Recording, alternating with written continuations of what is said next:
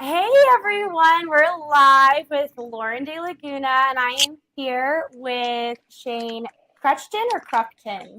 Kruchten. Okay, Kruchten, and you're an amazing person. You are a Purple Heart recipient. You are a MMA fighter. You are a business owner. You're a dad. So, yeah, why don't we start off? Where are you from? Originally born and raised up in Wisconsin. Okay, yeah, and how long were you there? Till I was 17. Sorry. So you were 17 years old. Yeah. Then I went out So to you California and never returned. so you grew up there. Yeah. Yeah. Yeah. And do you go back often or no? I go back as often as I can. The BS scamdemic, like really screwed up a lot. I couldn't go back and visit family, but it's all good. I don't know if I timed out there for a second, but the pandemic was awful. I'm sorry that you didn't get to visit family as much as you wanted to. What was your childhood like growing up? I grew up in a very humble house. Grew up on a farm. We ended up all I wrestled. I grew up in a very military based family, very proud military family. So it was it was a very tough love style of growing up, if you would. And I wouldn't change it for the world. So it definitely made me the person I ended up becoming later in life.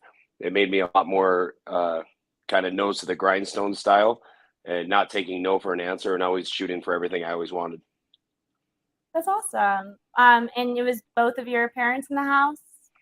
No, my parents are split, so I had to go. I lived with my mom mainly, and then my dad came back into my life predominantly around 15 or 14, 15 Oh years wow. old.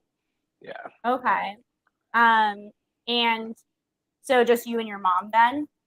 Or do you have No, siblings? I have a sister. I have a sister, but they always say that friends are closer family than family, and that's kind of the case it was with my sister. My sister and I never saw Oh, eye to eye.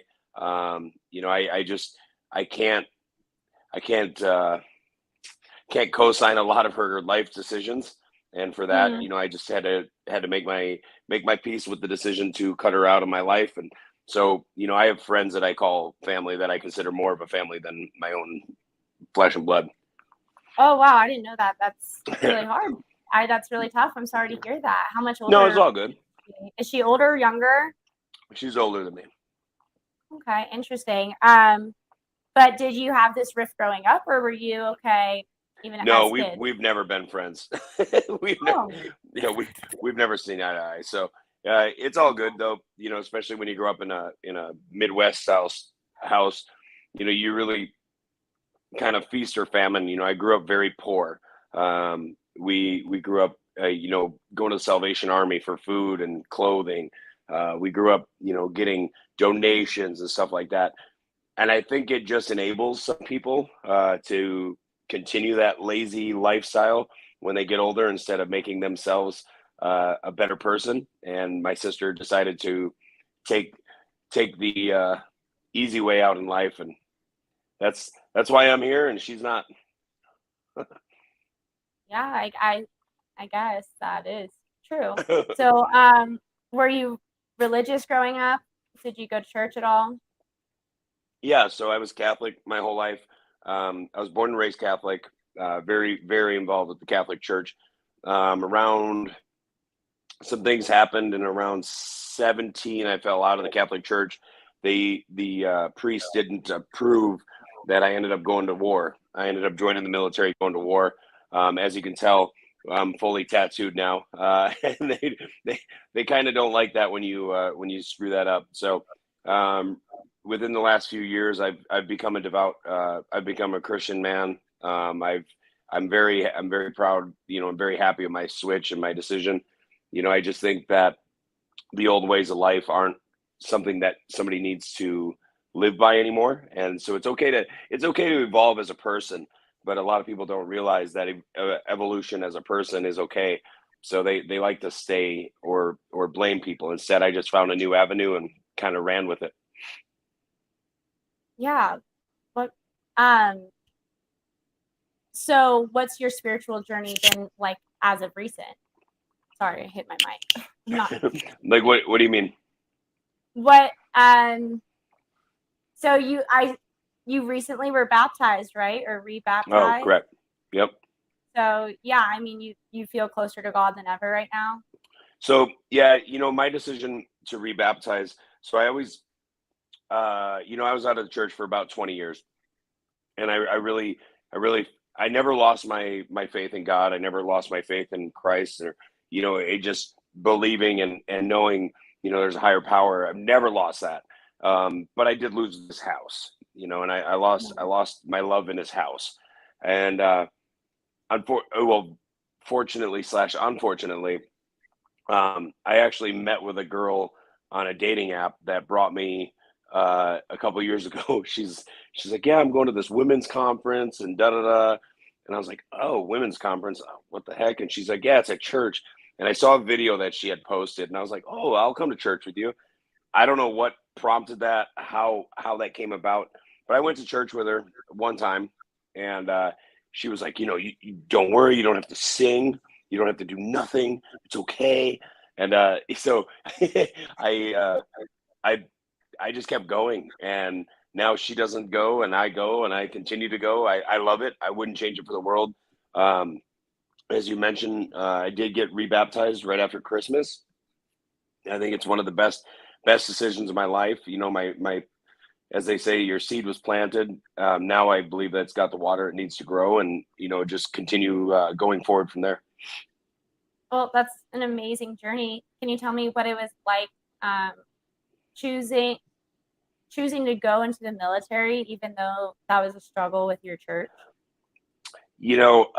So part of the big struggle is I was supposed to go to the seminary. I was supposed to become a priest. There were other forces within, and if you're any suave to the internet, you can pull up the forces within prior to 2002. I tried to whistle blow on some issues that were happening within the church, and I was told I was lying. I was told it never happened. I was fictitious and all this. What can you give some details?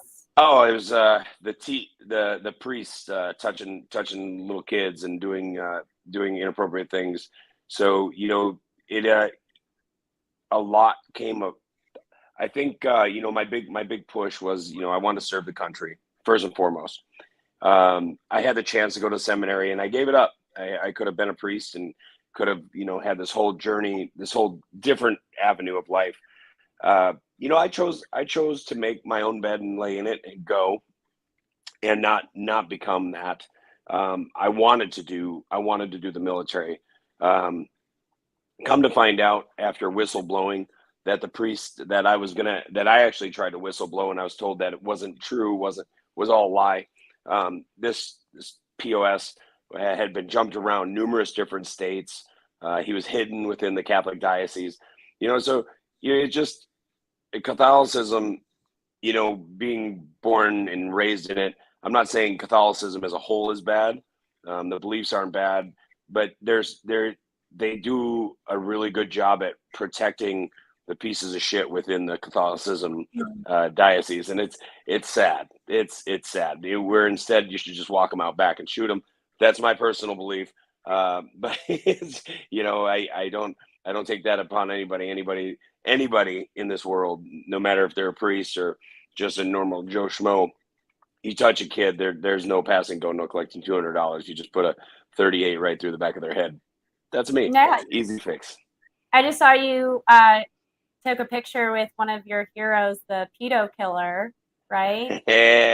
Yeah, the pedo killer, Kyle Rittenhouse. So, I'm a firm I believer. meant the other guy. I was talking about the Which one? guy who, the guest speaker who went on stage at. Oh, you're talking Victor Marks.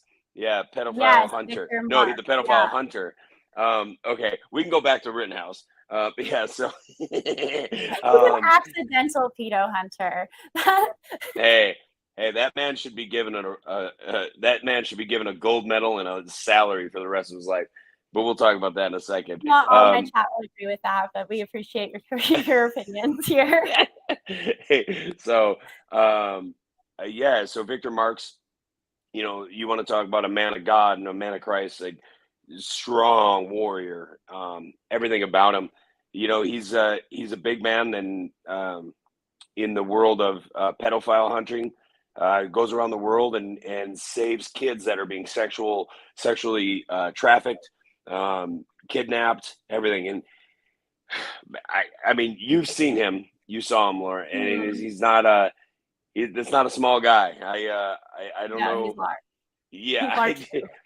yeah, and I'm not a small guy, and that guy made me look little. So it's cool to know that God has warriors like himself, myself on this earth to be able to do that stuff and go after these people. So to be able to have the opportunity to talk to him, continue to talk to him, and now being able to talk to him on the phone and just get wisdom from these guys. That's the one thing I think the generation of today, the younger generation. So I'm saying like 30, probably 32 and younger.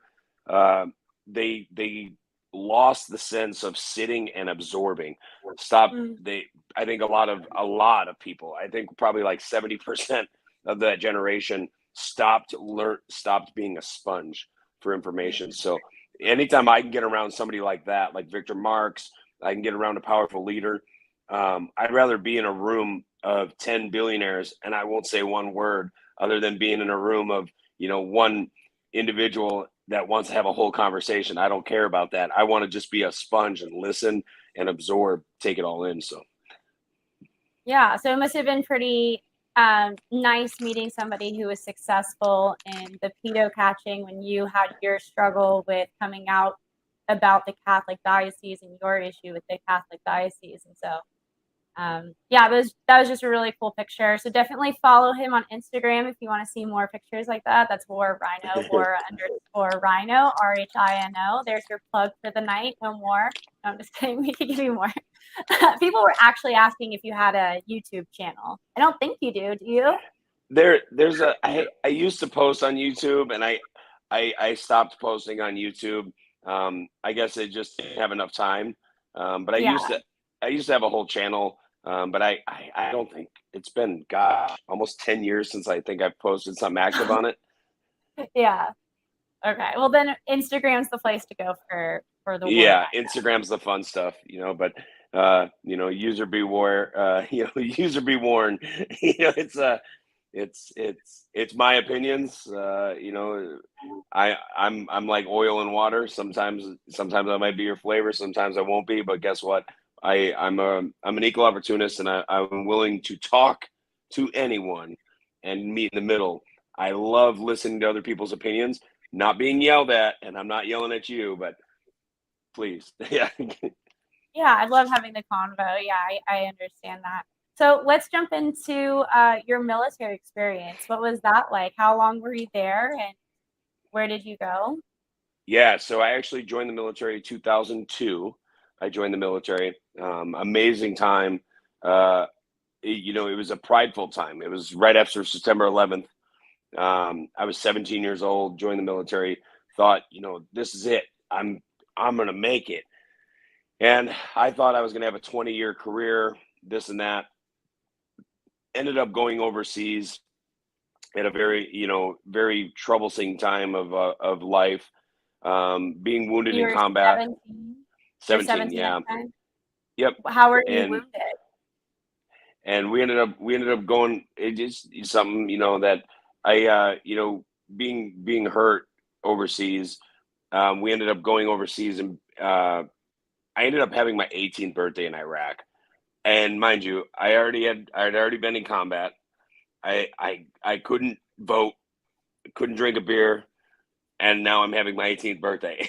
I'm like, you don't have a choice in life other than to grow up very, very fast when something like that happens. Yeah. Your only choice is, I'm a firm believer in the saying "beast or bitch," and you, either buck up or shut up. And I had to, I lied about my age. At the time, I didn't want anybody realizing I was 18. I told everybody I was having my 19th birthday. Like, all they had to do was look at my ID, and it would have been completely debunked. But nobody did, thank goodness. I remember that was in just outside Baghdad is where I had my 18th birthday, and then ended up coming back over to the States in 2003 in September, and then we ended up, some things happened in the Marine Corps, and personally, medically and emotionally, psychologically. I asked for help to the Marine Corps in 2004, late 2004. And I said, hey, something ain't right. Oh, no, you're good. You're good. You're good. Come 2005, I said it again. And I said, hey, and now we know it's called PTSD. Now we know it's, these depression issues that compound with PTSD. And the Marine Corps basically ostracized me. And dude, I still have copies of these chits, and they basically made me have a bedtime, stay away from the weapons, and they kicked me out of the Marine Corps as fast as they could. And I got removed. I got medically retired out in June of 2005 out of the Marine Corps, and it was a hard pill for me to swallow, because I loved, and I still to this day, if you look at my Instagram, you talk to me, I bleed red, white, and blue, and I love the Marine Corps. I love everything about the Marine Corps. Everybody's like, "Oh, did you love all the people you served with?" And I'm gonna be honest, no, I didn't.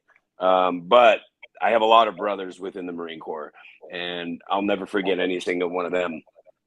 Um, so when we got out, the big thing with that, the big struggle of getting out of the Marine Corps was PTSD. Um, and I know your next question, Lauren, so I was just going to run with it. But it basically shot me over to, I got out and I didn't know what I was going to do in life. Here's what, gosh, I was 20, 21. I was a baby and I had no direction in life. The Marine Corps dropped a large sum of money in my bank account, and I met this girl at a bar. What are you going to do? I ended up becoming heavily addicted to cocaine, painkillers. I became heavily addicted to alcohol. I just became a self.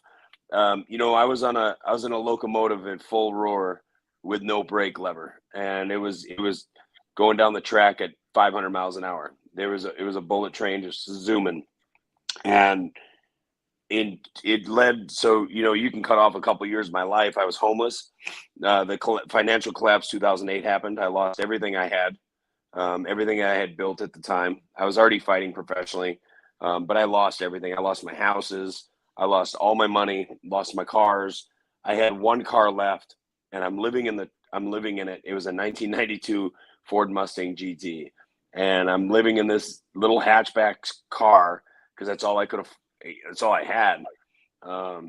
And come June 2009, I decided June 14th. I decided that was the day I was going to kill myself. So this compilation, sorry, from June of 2005 to June of 2009, for this 4 year, I felt as though my life was over. It was it. That was it. And I had survivor's guilt of all the guys I served with that were killed in action. I thought all, life was done. So I tried to kill myself. I purposely overdosed. I purposely tried to take my own life. And when I did that, I came to, I had this DEA agent standing over me. And he asked me, what the fuck are you doing, guy? And he pulled up his sleeve and he had a big military tattoo on his upper arm. And he goes, do you think these guys would be proud of you? And held up a picture of my guys I served with. And he goes, because I'm not proud of you, I'll beat your ass for them. And I was like, yes, sir. He was a big guy. I got a second lease on life that day, June 14th, 2009. That was my second lease on life, or fourth or fifth or sixth. I don't know, however you want to look at it, with as much crap I've been through. But I've been, I've made new missions since then, as as you've alluded to. Yeah. You've done a lot with your life since then. How did you turn it around in that moment? They always say, when your reckoning comes and you're at the face with you're at the face with your maker, you have one choice. It's either you take it or you drop it. Right? You can either pick up the ball and dribble it down the court, or you're going to leave the gym. Little basketball analogy. But I just decided, it was time to step up to the plate and be a man. I knew at the time that God was there. If God wasn't there and there was no presence of God, he would have never made sure I wasn't successful at killing myself. He would have made sure that guy never kicked in my door to arrest me. That gentleman, the agent, actually testified in court for me, saved my life, gave me a second lease on life. The judge was a Vietnam veteran, and he's like, I'm sick and tired of seeing veterans in here since Vietnam use drugs to ruin their lives. And I never had a violent crime on my record. I wasn't a violent individual. So the judge said, you know what? He goes, I'm sentencing you today. And he sentenced me to 8 years, 9 months in prison. And he, on June, in 2009, he sentenced me 8 years, 9 months. I'll never forget the day. I started shaking. I was having an emotional breakdown. And he goes, and I saw the bailiffs start walking behind me. Scariest thing in your life when you get sentenced to 8 years, 9 months, and the whole courtroom's full of people, other inmates, everybody, and I'm in shackles. Nothing I can do. And this guy goes, but. And I go, and he goes, the judge, he stops everybody and he goes, I'm going to stay the sentence. Wow. And the DA froze, started trying to argue with the judge. And the judge told the DA to shut up. That was the exact words. He said, shut your mouth. He goes, this is my courtroom. And he goes, I have a feeling about this guy. And he looks right at me and he goes, are you going to prove me right or prove me wrong? I said, I'll prove you right, sir. Yes, Your Honor. And he goes, good. And I didn't even know what staying a sentence was when the judge said it. I thought I wasn't going to I thought I was going to get some, easy place to go.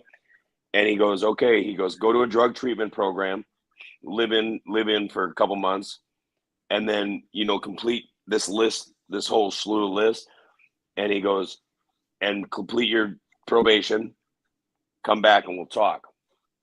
I did the whole list, Lauren. Gosh, took me about a year and a half. Completed everything. I still had probation for a long time, but I was killing it. I had already started my corporation. I mean, I was clean. I passed all my drug tests. At the time, I wasn't drinking. And the judge goes, you know what? He goes, I have a good feeling about you. And he ended up. What you might call it, not staying, expunging. No, he expunged. Huh? The judge expunged it himself. Yeah, he expunged all my drug charges. So my record was essentially clean. And I started crying. I walked out, and my lawyer had my hand, and my lawyer was like, don't say shit until we're out of the courthouse. My lawyer thought the judge messed up. But so she's like, as long as we're out of the courthouse, they can't change shit. So let's go. And, I got a millionth lease on life that day. That was another lease, it was just, I think it was affirmation that day to my opportunity to be a better person. And it showed me that the track I was on was the right track. And I ended up going to college during this time. I graduated shortly thereafter. And, here I am. I mean, I'm a living testament that you make your own destiny. Were you fighting the entire time? I was. My first pro fight was in 2005. So, I my first fight, I was 262 pounds. I had reeled an 8 ball of cocaine in the parking lot, and I was drunk. How And much do I you don't weigh know now? how or what. Well now, okay. Well now I'm much healthier. I'm like 210 pounds, but I'm much healthier. I'm muscular now. I had no muscles, and yeah. So I fought my professional career. I went from 262 all the way down to 135, and then I stayed at 145 and 155 pounds for fighting. But I'd walk around 185 to 200 and 200 pounds. That was average walk around weight because I'm 6'1". So Wow. Yeah. So, how did your fighting career deal with? I mean, I'm sure it obviously went better over time, but I would imagine as you're dealing with your PTSD, your depression, it must have been really terrible. You must have been getting your ass kicked, no? so actually I lost my first so I won my first pro fight. I lost my next two. Mm. And I didn't just lose them. I got murdered. And yeah, I mean, I didn't know how to hone in and how to basically suck everything in and become a better person yet. I was very lucky I found a gym on the internet. Remember MySpace? So I, oh yeah, you're too young. No, I found a gym on MySpace out in California. I went to it, and there it was full of veterans. And there's Pat Spate and Joe Duarte, these two guys, and who both had a super successful career in mixed martial arts. But they basically took me under their wing, and they said, "Look, they're like, if you are high, we will beat the shit out of you. If you come drunk, we will beat the shit out of you." And they essentially made me, get my act right and become a better person. Mm. How do you even want to keep fighting after losing a fight, though? Like, what could possibly motivate you to get back in the ring after losing one fight? Great question. I'm sitting here laughing because you're not the first person to ever ask that, right? I've lost fights as little as just getting choked out. Easy, no big deal, no harm, no foul. But I've also been uh, I've also lost in 38 seconds in front of a sold out arena, 40,000 people. In 38 seconds, I broke 4 ribs, and broke my jaw. I got knocked out unconscious. So, it's Someone it's else broke your jaw. You didn't break your jaw. yeah, no, I got beat up. Right? Oh, wow, that sounds terrible. I would never I go back. I also had a fight. One of my losses on my record. So I have 5 losses, and I know every single one. You know, um, I fought an individual, and it was like my first big break in the mixed martial into the. So there, you have to break into what they call the big show, and it's the top 3 organizations. At the time, it was WSOF, which is now PFL, Bellator, or UFC. Those are the top 3 dogs. Those are the only place you're going to make money. There's the only place you get TV deals and all this shebang. And I Mm. broke into WSOF in Las Vegas, Nevada, and I was on an 11 fight win streak. And I was like, "Yeah, I'm untouchable." I had 6 first round submissions. I was like, "Ain't nobody stopping me." And the guy hit me. The first punch broke my eye socket, Oh, shut up. and No. yeah, so it was, it was the first punch I took, and it broke my eye socket. And I ended up, and then the very next exchange in punches, his thumb was out on accident and went into my eye, tore my retina.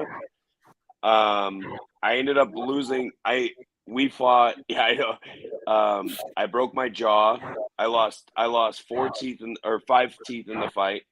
I broke my Did it affect nose. your vision? Is your What's vision that? okay now? Is your vision okay now? Are you to 20/20 vision, or did it it didn't permanently affect your vision at all? Okay. We're good after 4 surgeries. Um, Oh my but God. no, I had so just in one fight, I broke both. I broke my one hand. I broke all the fingers on the other hand.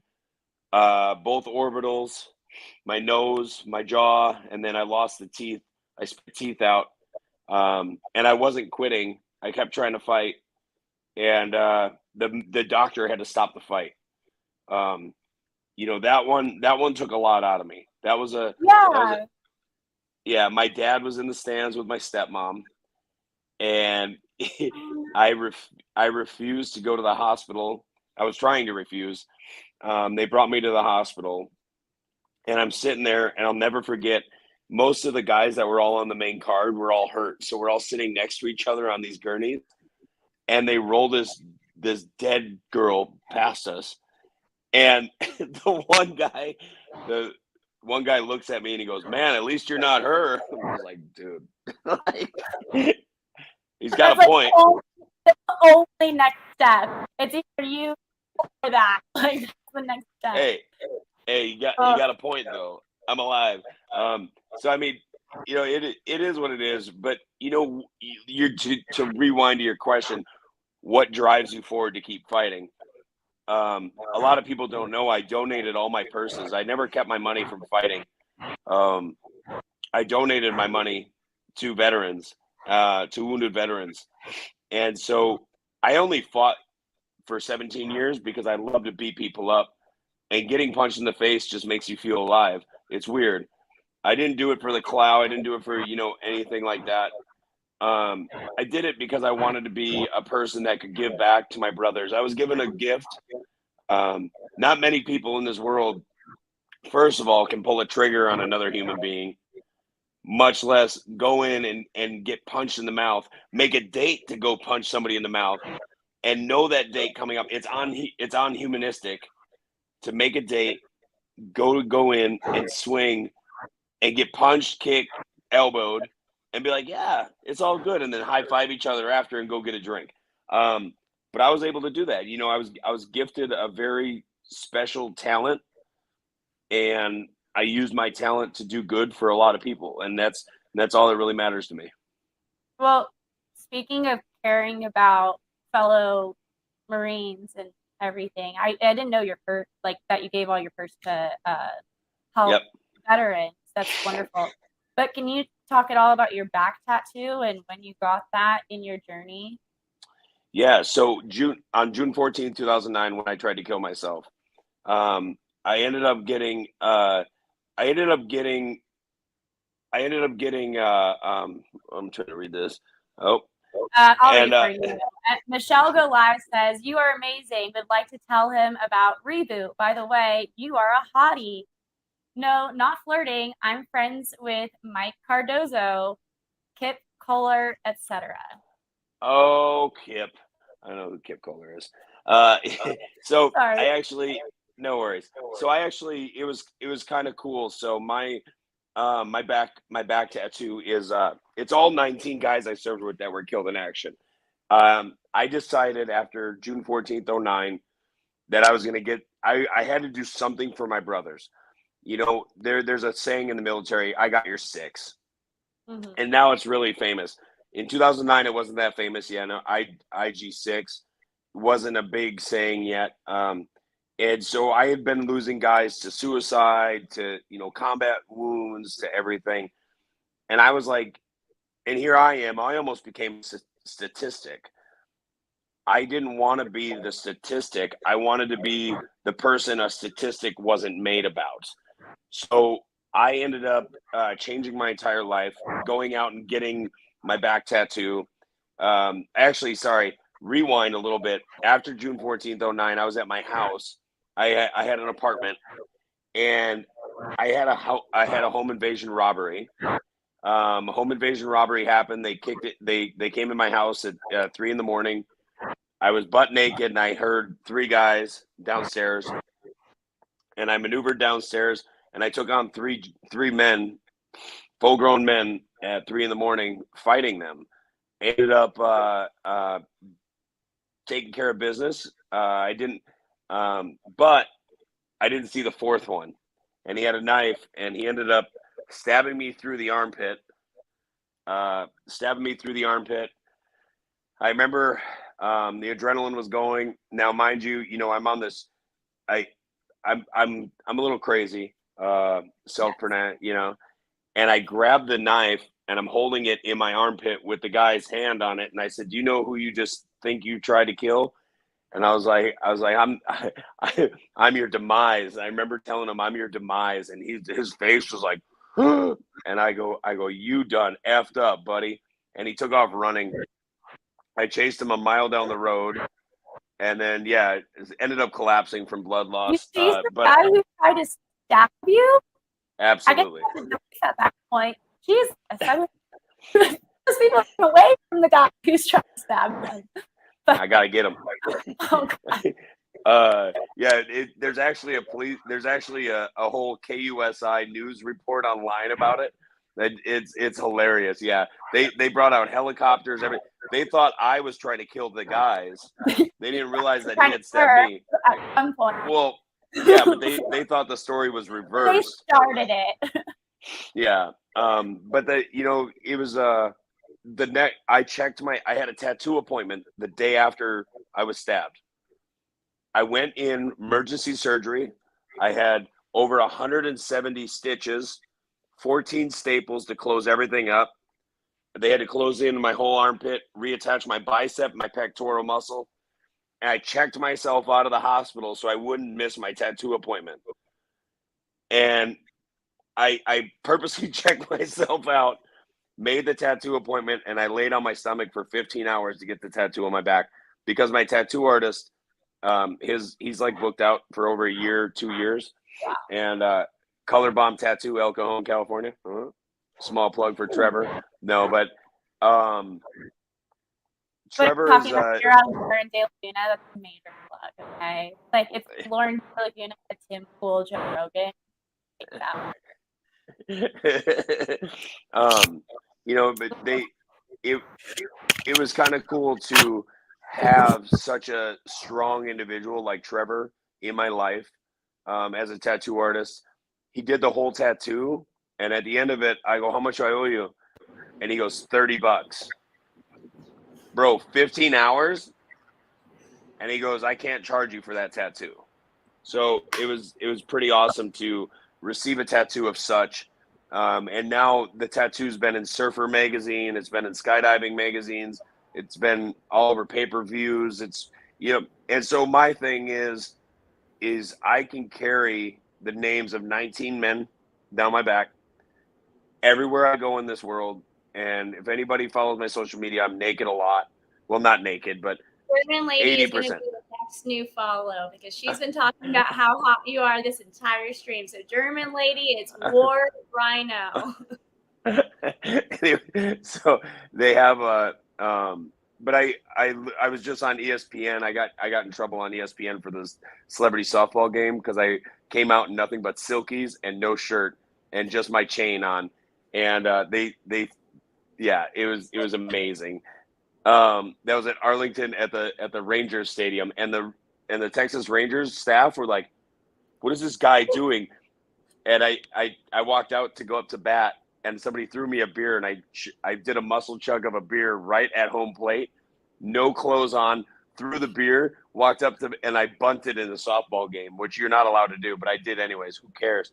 I do my own show, but so it was kind of cool, being able to carry these guys' names, and their families can live vicariously through me, is such an amazing know-how.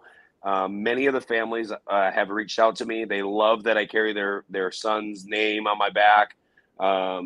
I'm very close with a few of the families. I've actually taken one of the mothers of the fallen individuals on my back to the Marine Corps ball.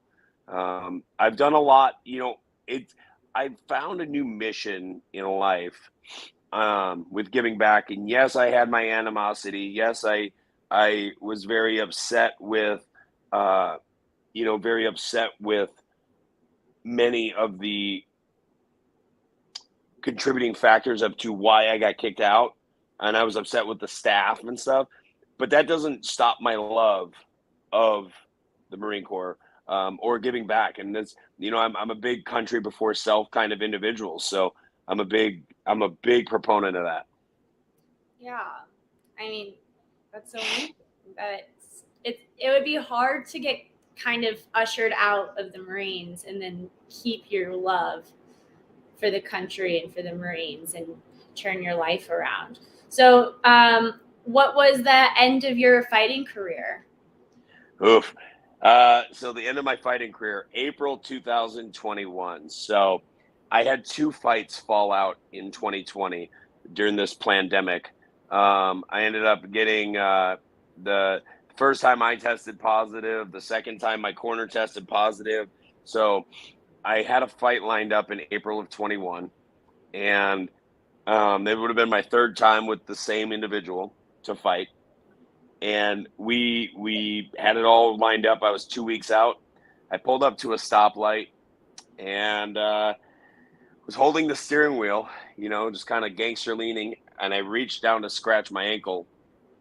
So my head's here, and I ended up being rear-ended at over 50 miles an hour, hitting the steering wheel, and my neck basically inverted and collapsed straight down. I ended up breaking C4 through C7 in my neck.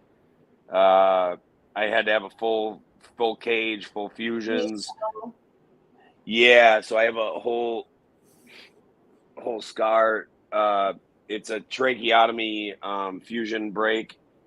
They had to. I had a tracheotomy, all this stuff. So it was pretty intense.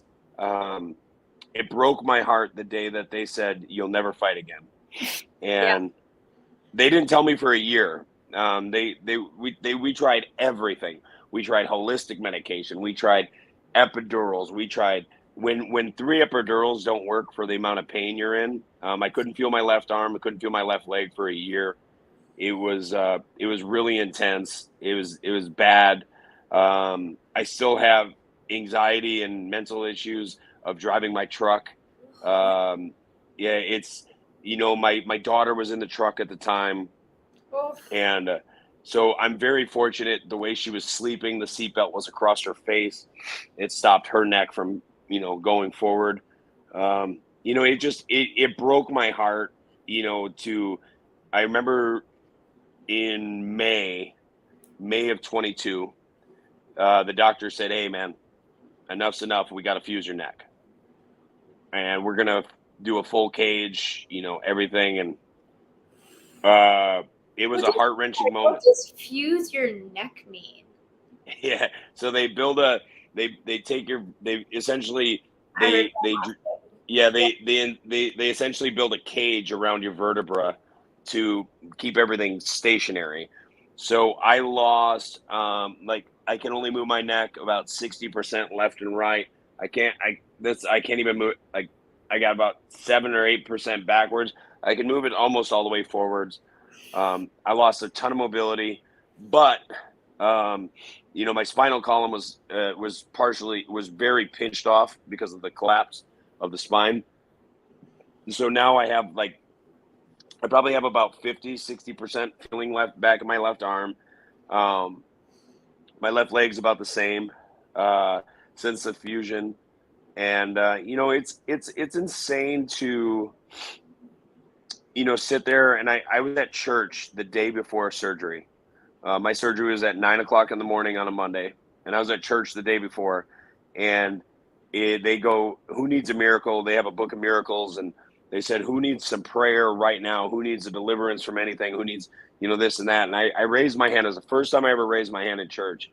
I don't believe in asking for a miracle or asking for a prayer very often. And I raised my hand, and I remember a couple people coming up and, putting their hand on my arm or, on my back, and I started sweating. And it was just like, I just felt, I knew when the prayer was over, when the lead pastor gave this prayer for it, afterwards, I knew right then and there, I knew that I was going to be good to go. I was going to be completely safe. The next day was going to just fly by. And I walked in and I saw the doctor, and I was goofing around with him. I'm a goofy guy. I like to tell jokes. I tell jokes about everything. The most sadistic, dark time, I can make a joke about it and have fun. they had I think the best thing is I walked into the surgery room and I was like, yo, can we get this on the road yet? And they're like, dude, like you can't rush this process. And the table looked like death row. Have you ever seen those movies like Hannibal Lecter? And the table looks like it's got arms on it with a skinny board. And I walk in, and I go, dang, I didn't have the death penalty. And all the nurses and everybody just started laughing. And I go, can you guys put some cotton candy flavoring in the laughing gas before you put me under? And they're like, what is this guy doing? And I went in with this good spirit. I just went in. You had to go in happy, right? It's like a trip. You never want to do mushrooms if you're upset. You got to go in happy. So yeah, that's future reference. Thank you. Yeah, no worries. So I ended up going in, having the surgery, and the only medicine they give you, they knock you out with ketamine and they put you under. And that was the only pain medication. When I came to, I refused all medication. I refused everything. And I just kept praying. I was like, I'm good on pain. And they kept trying to give me the intravenous medication. I said, no, get away from me. And all I wanted was yogurt because the tracheotomy, like it hurts to swallow.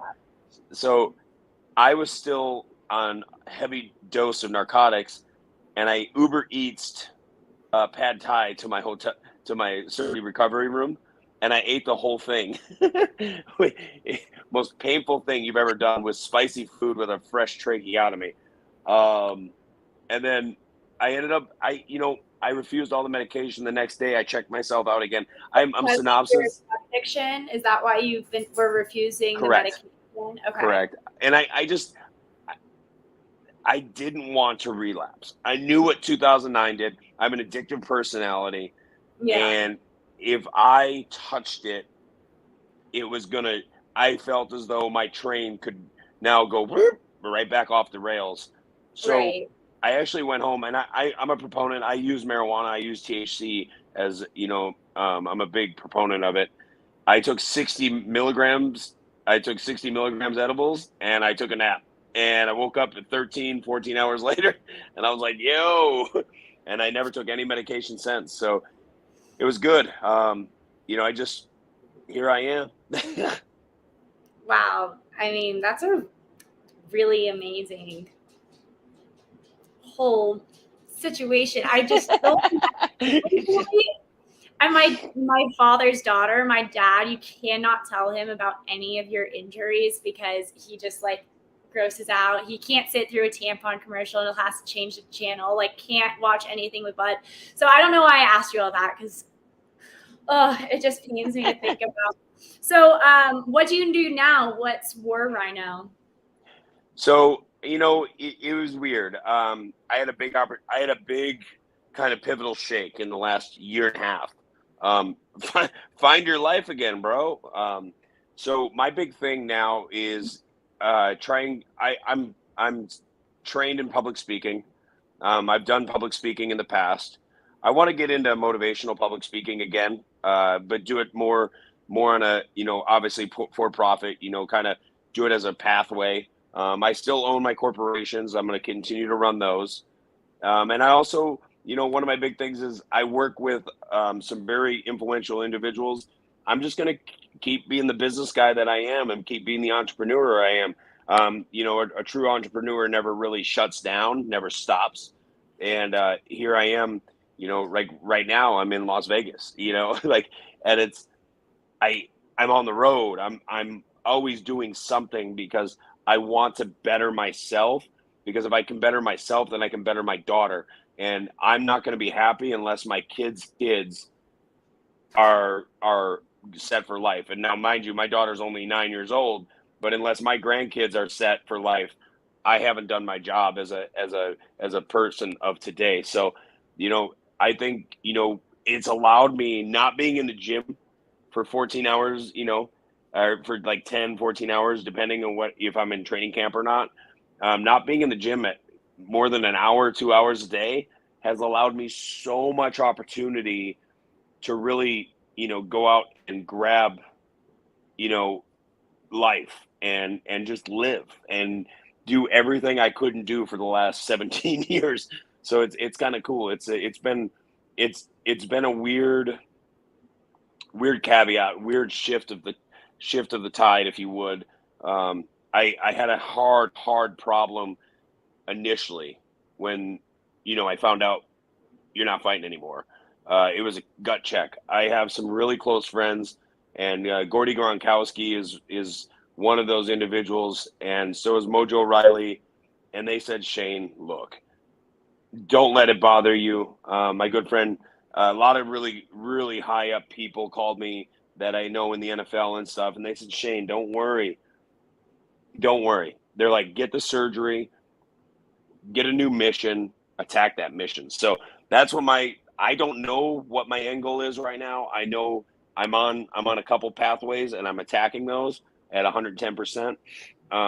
But I'm not quitting either. So, if anybody needs crazy motivational speaker and really just know about, grabbing life and owning it, let me know. Okay, I'll keep that in mind. I hope chat has come prepared with questions. If you haven't come prepared with questions, think of a question, okay, and then put it in the chat. And Henry will definitely be bringing up some chats as we round this evening out. But yeah, can you tell us what your typical day is like? Like what time do you wake up? What do you do with your day? How do you spend the average day? Yeah, so I wake up between 4 and 5 every day. I run right away, no matter how cold, no matter if it's raining, no matter what it is. I run 6 to 7 days a week, and I run every day, no matter the temperature, whether it's hot or cold. I run with a sweatsuit, sweatpants, sweatshirt, and then I have underneath. On top of that, I wear a sauna suit. I just do it out of personal mental grind, and I run 3 to 5 miles. I go up hills and go back home, sit in the sauna while I get all my emails done. I operate my company. I have my personal company. I have about 15 employees, and I do that all day long. It's it's if anybody owns a company, they know it's a grind. It's a constant grind. So, we really go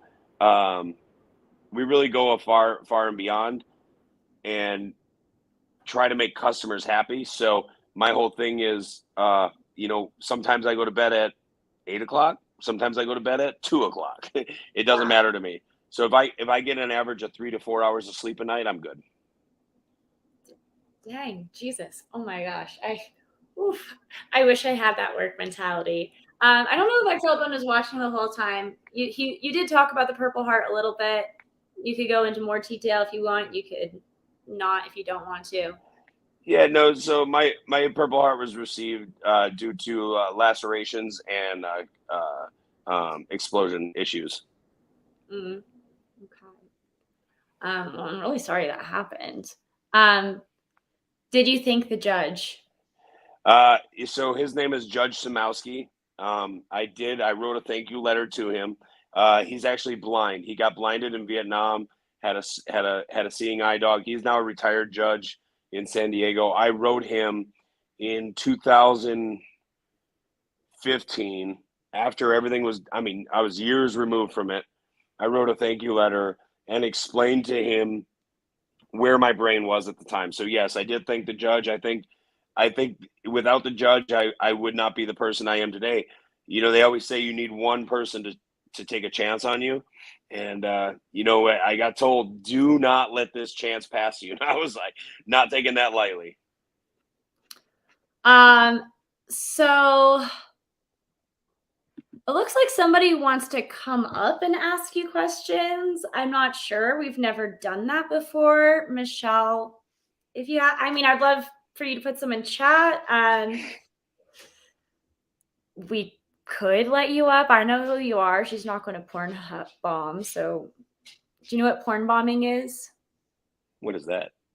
So YouTube does not allow for pornography on the YouTubes. Oh.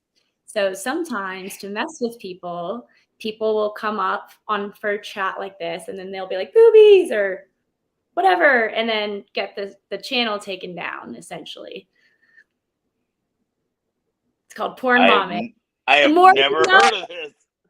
So you learned of real bombs in the military, but you didn't learn about porn bombs in the military, is what you're telling us? I was in the military before YouTube. Wow. Okay, Shane runs. Okay, did I miss what business Shane runs, or did I miss what he said earlier? So, what kind of business is War So I Rhino? run two construction companies. So War Rhino Inc. is a residential commercial real estate and like we specialize in bathrooms, stuff like that. And then I also am partnered in another construction company. We only do state and federal work. Right now we're at Tesla. We're all over Vegas. We have 18 different states. So it's all construction based. How many places have you do you build or mostly renovate? Both. So it just depends. Yeah. So we do new construction, renovations, flips for real estate investors, stuff like that. It's really fun. It's always a new avenue of life. Yeah, it seems amazing. I'm waiting to see if we got any more questions. Okay, what does Shane think of our current military? I thank you for your service to our country, and that is Big Dog Ma. So big dog ma. So my current thoughts of our military. Oh boy. Yeah. So especially after what happened a couple weeks ago, you can no longer say sir or ma'am as to not gender identify within the United States Marine Corps. Shut up. You can't say Yes, that sir, man. What'd you no, say? you call them their rank and their name only. You can no longer say sir, ma'am, as to not offend an enlisted member of the military. That's so Um, much harder.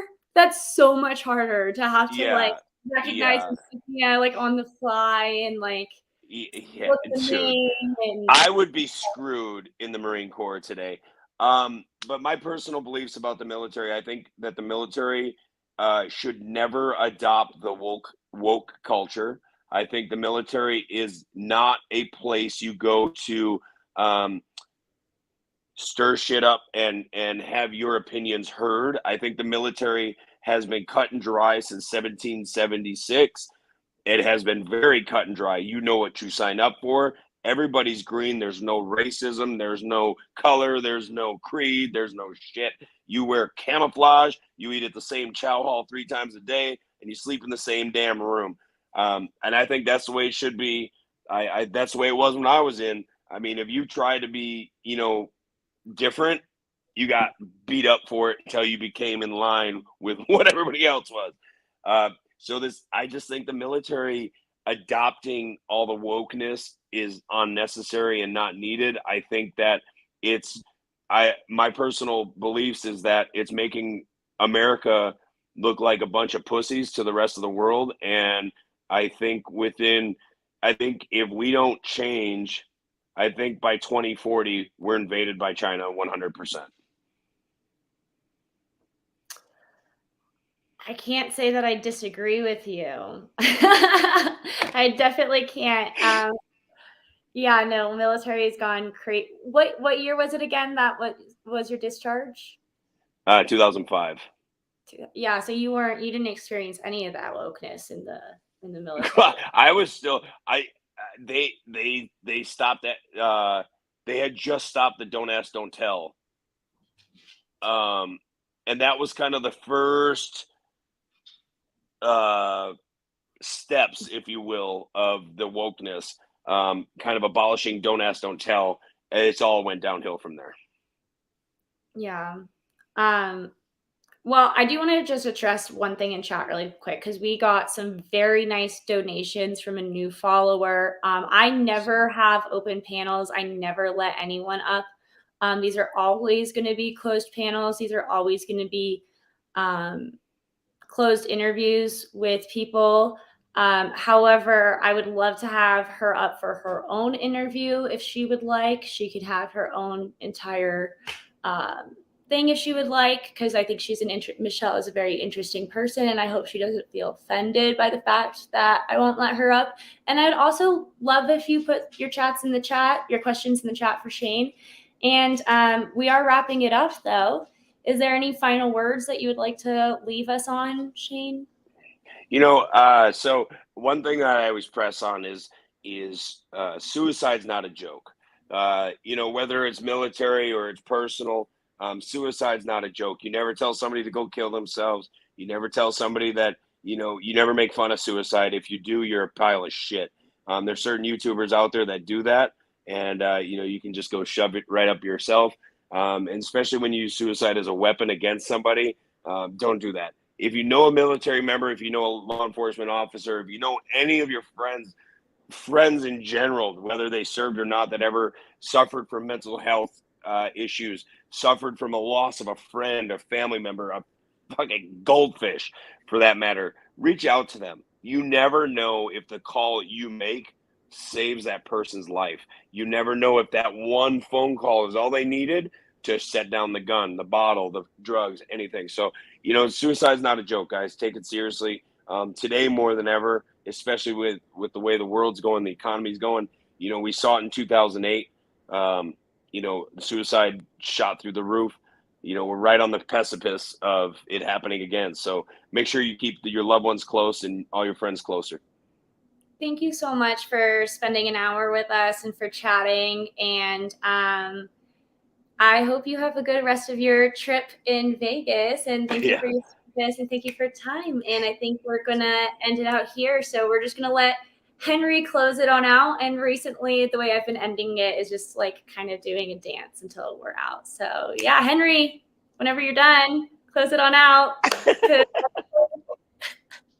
So we're done. Goodbye, everyone. Have a good night. Henry, whenever you want to end.